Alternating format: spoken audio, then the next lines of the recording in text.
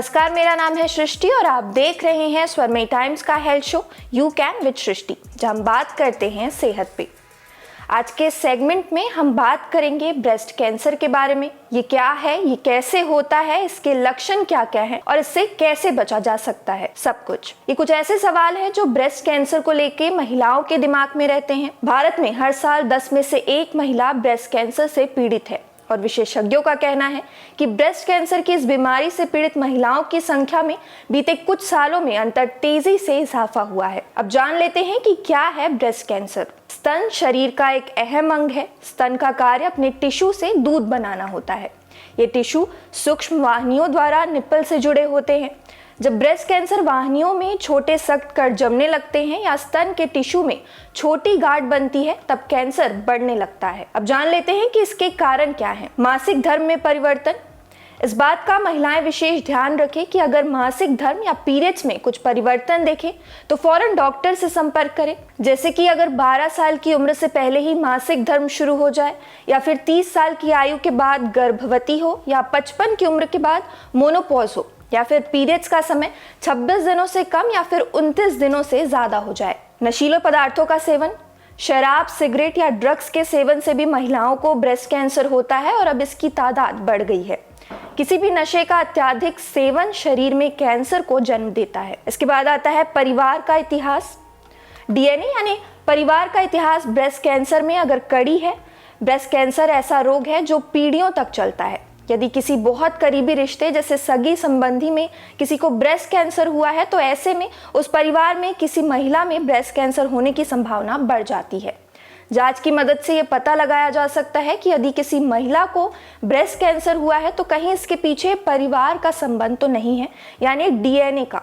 परिवार में ही कोई दूसरा कैंसर। परिवार में सिर्फ ब्रेस्ट कैंसर ही नहीं, बल्कि यदि किसी भी प्रकार का कैंसर किसी व्यक्ति को है तो भी परिवार के लोगों को सतर्कता रखनी होगी, क्योंकि ये सारा शरीर की कोशिकाओं का खेल है और परिवार वालों की कोशिकाएं और खून मेल खा सकते हैं।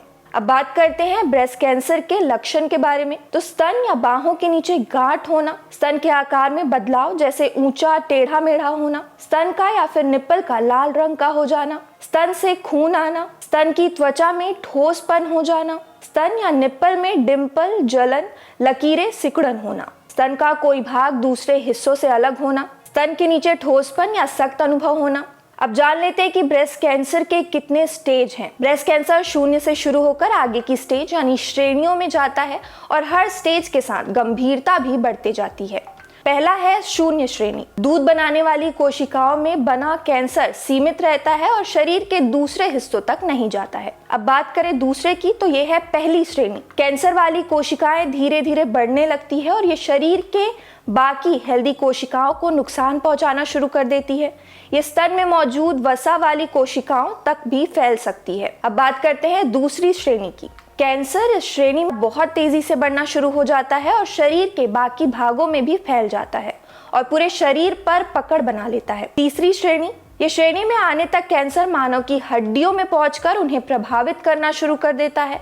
इसी के साथ कॉलर बोन में इसका छोटा हिस्सा फैल चुका होता है और जो इसके इलाज को दुर्गम बना देता है। चौथी श्रेणी। इस श्रेणी में कैंसर लगभग लाइलाज हो जाता है, क्योंकि चौथी श्रेणी में आते आते कैंसर लीवर, फेफड़ों, हड्डियों और मस्तिष्क तक भी पहुंच चुका होता है। अब बात करते हैं ब्रेस्ट कैंसर के उपचार के बारे में। ब्रेस्ट कैंसर का इलाज करने के भी कई साधन हैं, जैसे कि दूसरे कैंसर केसों में प्रयोग होते हैं, जैसे कि कीमोथेरेपी, रेडिएशन सर्जरी आदि।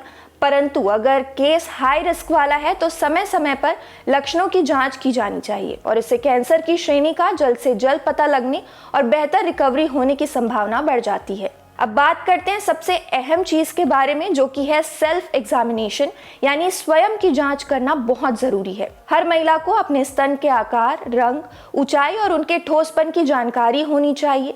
स्तन में किसी भी प्रकार के बदलाव दिखने जैसे त्वचा और निप्पल पर धारियां, निशान या सूजन आदि आने पर विशेष ध्यान रखना चाहिए। हर महिला को खड़े होकर या फिर सीधा लेटकर अपने स्तन का परीक्षण करना चाहिए। महिलाओं को 40 की उम्र के बाद स्क्रीनिंग मैमोग्राम कराना चाहिए। यदि कैंसर का कोई परिवार में इतिहास हो तो ध्यान रहे कि 20 से 21 साल की आयु में ही हर 3 साल के अंतराल में स्तनों की जांच आवश्यक है। जो महिला हाई रिस्क के अंदर आती हैं उन्हें तो इस पर विशेष ध्यान देते हुए साल में एक बार स्क्रीनिंग मैमोग्राम कराना ही चाहिए। अल्ट्रासाउंड भी कराया जा सकता है और अगर रिस्क बहुत अधिक है तो MRI भी करवाना चाहिए। अब बात करते हैं ब्रेस्ट कैंसर से बचने की सावधानियां के बारे में। ब्रेस्ट कैंसर से बचना आसान है और पूरी तरह सुरक्षित भी है, परंतु आपको हर घड़ी इसके लिए जागरूक रहने की आवश्यकता है और अगर आप जागरूक हैं तो इस बीमारी से निपटना या इसे टालना संभव है। नशीले पदार्थों का कम से कम सेवन करें और स्वस्थ जीवन शैली अपनाएं। वजन को न बढ़ने दें और नित्य व्यायाम करें।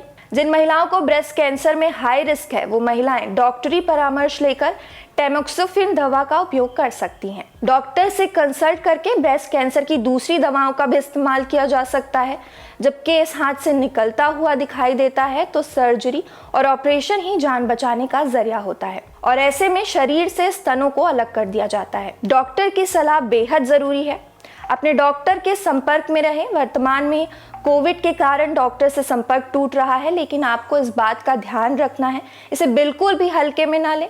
अपनी दवाइयाँ, सही प्रिस्क्रिप्शन और बाकी सावधानियों का ख्याल रखें। अब आते हैं निष्कर्ष पर। यह सत्य है कि आज ब्रेस्ट कैंसर तेजी से बढ़ता एक शारीरिक रोग है, लेकिन इस रोग को टाला जा सकता है अगर सही सावधानी और परामर्श का पालन किया जाए।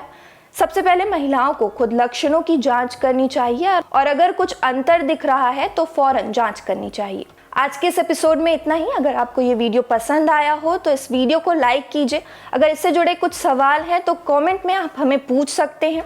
आप देख रहे थे स्वरमय टाइम्स का health show you can with Srishti.